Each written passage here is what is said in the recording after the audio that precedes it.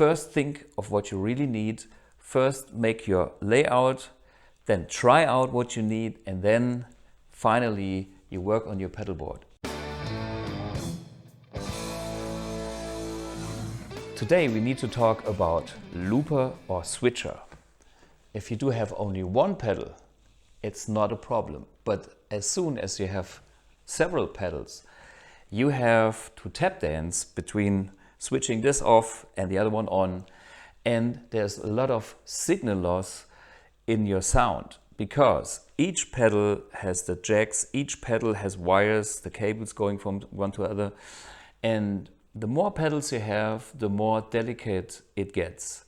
So if you want to maintain a great signal, a great integral signal, you should use a switcher device. If the switcher has several loops, you can send the signal only to one pedal that is used and bypass all the other pedals that are not used. They are out of the signal path. All these patch cables, all these connectors are not in use. So this way you have fully integrity sound signal. Okie doke. And also there are different styles of bypasses with pedals. This very famous old tube screamer has a buffer amp built in. So there is no true bypass, which means the signal is buffered, which helps to have long cables balanced out. But if you have many pedals with a buffer, you have one buffer to the next buffer to the next buffer, and this does not help the sound. This actually will change the sound and it's not good. So try to have only one buffer in the signal line, being it from a pedal or from your looper switcher, and try to optimize the signal path. Now the question is, what kind of pedal switcher is the right switcher for you? Well, this is all up to your setup. And the setup can be very, very complex or very, very easy. Even myself with my company Blue Guitar, I have my little looper kit for the remote. So if you would use the remote pedal to control my amplifier, you can extend this remote with a 4-loop switcher, which is called the looper kit. So this is kind of basic, 4 loops only, but a nice thing to have. If you are using more pedals, another very clever solution is this Quartermaster, for example, from the gig rig. And there is several different versions for 4 loops. This one has 6. I personally have an 8-loop version, and there's even a 10 loops version. And the nice thing about this Quartermaster is you have the individual loops that you can access here, or you can have them grouped. So if I switch this on, all the other 3 in this case will be automatically switched off. So this is so nice because the tap dance is a thing of the past. And this is still, you know, as simple as it can be. It's super compact, it's super clean, and this is a nice way to have a very basic pedalboard with fully integrity in your sound before you go to the amplifier.